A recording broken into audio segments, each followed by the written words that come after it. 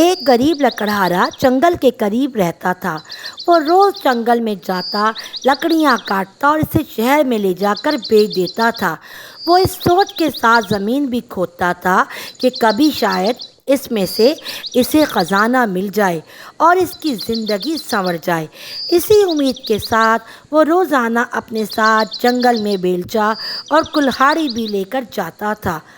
ایک دن خزانے کی تلاش میں زمین کھودنے لگا۔ اچانک اسے ایک بہت بڑی دیگ نظر آئی۔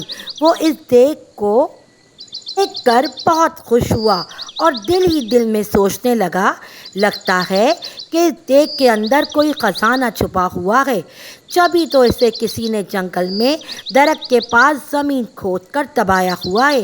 وہ خوشی خوشی دیگ کے پاس گیا۔ اس نے جب دیگ میں ہاتھ ڈالا تو اسے پتہ چلا کہ اندر سے بالکل خالی تھی۔ اس نے غصے میں دیگ اٹھا کر درخت کے نیچے رکھ دی۔ کچھ دیر خزانے کی تلاش میں زمین کھودتا رہا، لیکن اس کے ہاتھ کچھ نہ آیا۔ اس نے غصے میں کلہاڑی اٹھا کر درخت کے پاس پھینک دی اور تھک کر درخت کے قریب بیٹھ گیا۔ اچانک اس کی نظر دیگ پر پڑی۔ اس نے دیکھا کہ وہ کلہاڑی دیگ میں جا گری تھی اور اب دیگ میں 100 کلہاڑیاں موجود تھیں۔ وہ ان کلہاڑیوں کو دیکھ کر بہت حیران ہوا۔ ساتھ ہی اسے یہ بھی سمجھ میں آ گیا، یہ دیگ کوئی عام سی دیگ نہیں ہے، بلکہ یہ کوئی جادوئی دیگ ہے۔ تبھی تو اس کی ایک کلہاڑی 100 میں تبدیل ہو گئی۔ وہ بڑا ہی خوش ہوا۔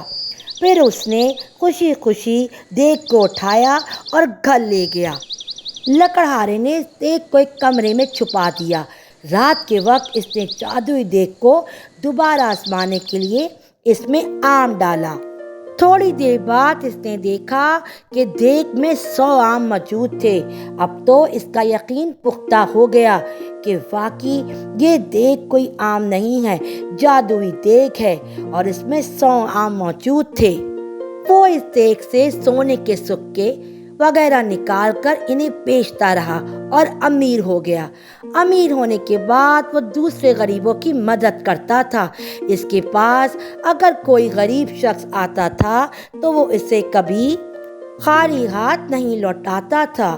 یہی وجہ ہے کہ وہ ملک بھر میں اپنی ذکاوت کی وجہ سے مشہور ہو گیا اور اس کے اچانک امیر ہو جانے اور جادوئی دیگ کی کہانی ہر جگہ پھیل گئی۔ اس ملک کے بادشاہ کے پاس بھی اس جادوئی دیگ کی خبر پہنچی۔ بادشاہ بہت لالچی تھا، اس کے پاس اپنا بہت سارا خزانہ موجود تھا۔ اس کے باوجود اسے مزید خزانے کی خواہش تھی۔ اس نے سوچا کہ یہ دیگ اگر اسے مل جائے تو اس کی خزانے میں مزید اضافہ ہو جائے گا۔ اس سوچ کے ساتھ بادشاہ نے حکم دیا کہ لکڑہارے اور اس کی دیگ کو محل میں لایا جائے۔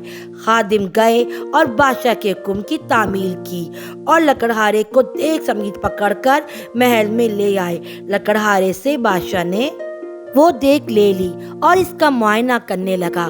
اچانک وہ اپنے قدم نہ سنبھال سکا اور اس کا پاؤں دیگ میں جا پڑا۔ اب جادوئی دیگ کی وجہ سے 100 بادشاہ نکل آئے۔ ایک جیسے 100 بادشاہ میں ایک اصلی بادشاہ تھا، باقی جادوئی تھے۔ وہ سب دیگ کے حصول اور لالچ کی وجہ سے ایک دوسرے سے لڑنے لگے۔ یوں سب نے ایک دوسرے کو جادوئی دیگ کے لالچ میں قتل کر دیا۔ یوں لالچ کی وجہ سے اصل بادشاہ خود بھی زندہ نہ رہ سکا۔ لکڑہارے نے خاموشی سے اپنی جادوئی دیگ اٹھائی اور چل دیا۔ پیارے بچوں، لالچ کرنا بری بات ہوتی ہے۔ اگر کسی کے پاس آپ سے زیادہ اچھی چیز موجود ہے تو اس کا یہ مطلب نہیں کہ آپ حسد کرنے لگ جائیں، بلکہ جو کچھ اللہ تعالیٰ نے آپ کو دیا ہے اسی پہ آپ کو اللہ تعالیٰ کا صبر شکر ادا کرنا چاہیے۔ ہمیں ہر حال میں خوش رہنا چاہیے، اسی میں ہماری بھلائی ہے۔